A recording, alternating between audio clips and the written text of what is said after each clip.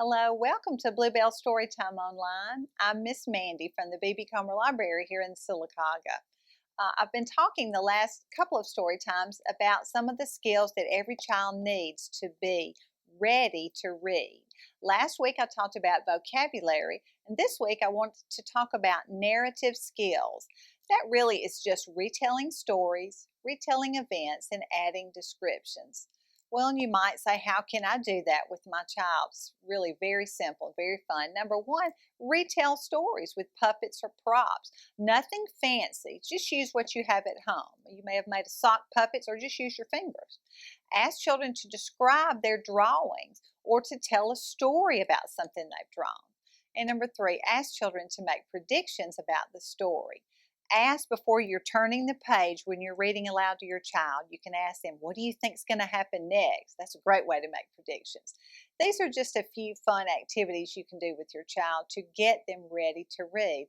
And remember, the ability to describe things in events and the ability to tell stories helps children better understand what they read and helps them have the skills to be a successful reader.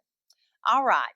The first book I want to read is Johnny Appleseed. It's the time of year when we're getting good apples in the grocery store, and I want to read about Johnny Appleseed. I want to thank the authors, Rosemary and Stephen Vincent Benet, the illustrator, S.D. Schindler, and the publisher, Margaret K. McElderry Books. I want to thank them for allowing me to share this story with you.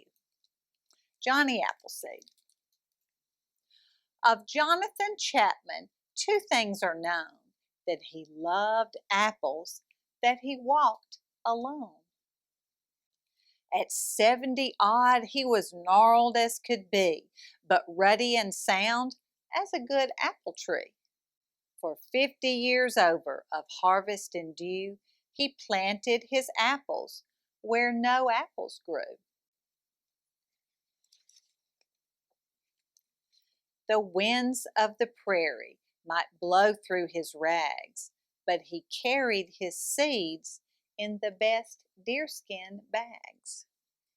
From old Ashtabula to frontier Fort Wayne, he planted and pruned, and he planted again. He had not a hat to encumber his head. He wore a tin pan on his white hair instead. He nested with owl and with bear cub and possum, and knew all his orchards, root, tendril, and blossom. A fine old man, as ripe as a pippin, his heart still light, and his step still skipping. The stalking Indian, the beast in its lair, did no hurt while he was there. For they could tell, as wild things can, that Jonathan Chapman was God's own man.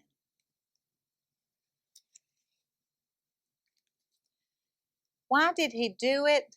We do not know. He wished that apples might root and grow.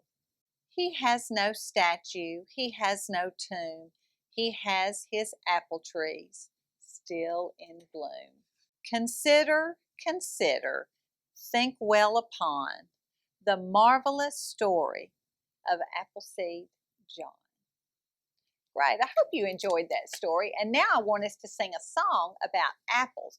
We're going to go pick some apples, all right? First, we're going to sing about going around the apple tree. You ready? We're going to just walk around. Here we go round the apple tree, the apple tree, the apple tree. Here we go round the apple tree on a cool and sunny morning. This is the way we climb the tree, climb the tree, climb the tree. This is the way we climb the tree on a cool and sunny morning. This is the way we pick the fruit, pick the fruit, pick the fruit. This is the way we pick the fruit on a cool and sunny morning. This is the way we eat the fruit, eat the fruit, eat the fruit. This is the way we eat the fruit on a cool and sunny morning. Great, you did very good.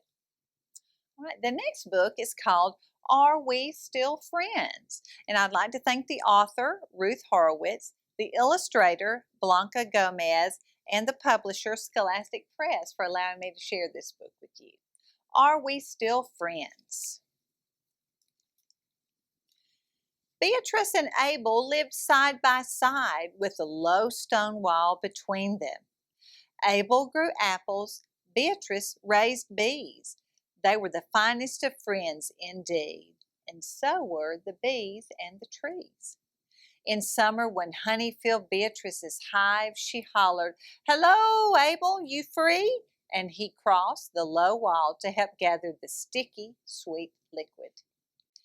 In autumn, when apples filled Abel's trees, he called, "Hello, bee, please?"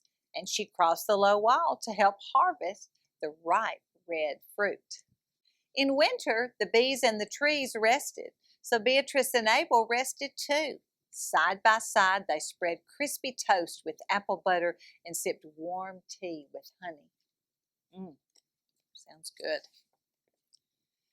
Beatrice and Abel needed each other all year, but especially in springtime when Abel's trees filled with flowers. Beatrice's bees needed flower nectar to make their honey. Abel's trees needed bees to spread their pollen to make their fruit.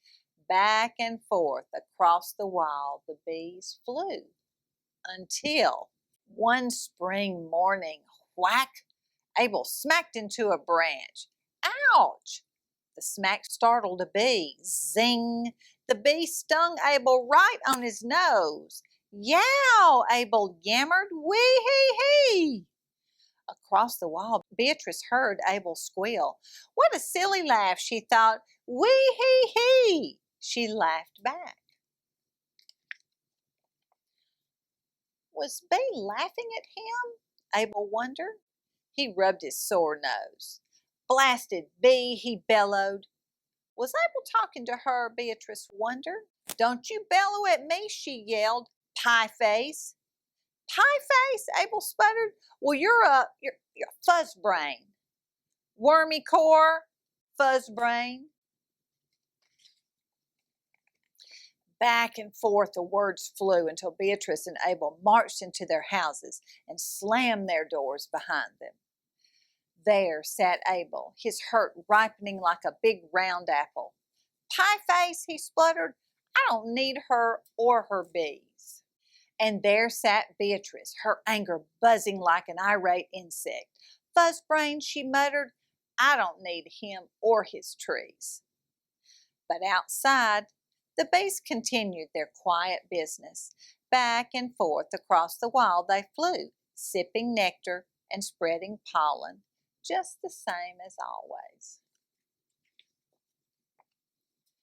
Abel scribbled a sign and planted it where the bees would see it.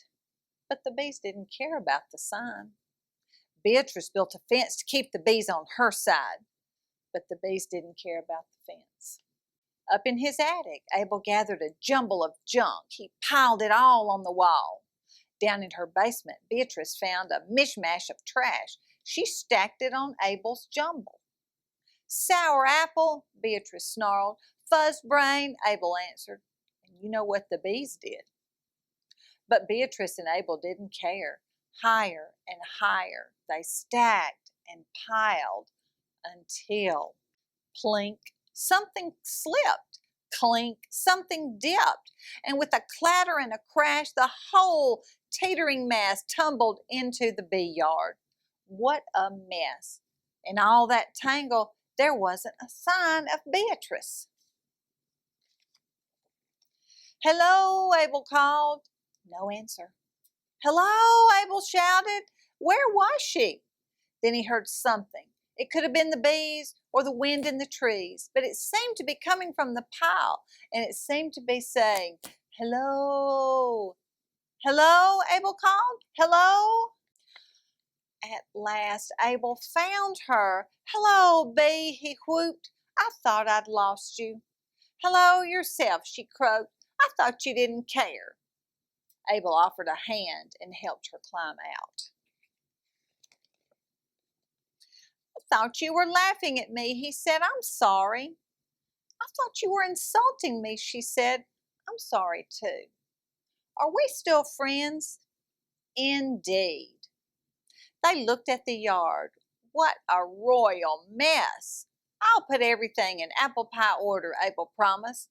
I'll help, Beatrice said. So side by side, they cleaned everything up. Back in Abel's kitchen, they spread crispy toast with apple butter and sipped warm tea with honey. "We're numbskulls," said Beatrice. "Mush minds," Abel agreed. They were the finest of friends, indeed. And so were the bees and the trees. Just the same as always. And on the very last page, there is a recipe for easy apple butter. Sounds like something that would taste good. Thank you so much for joining me at Storytime today. Hope to see you next time.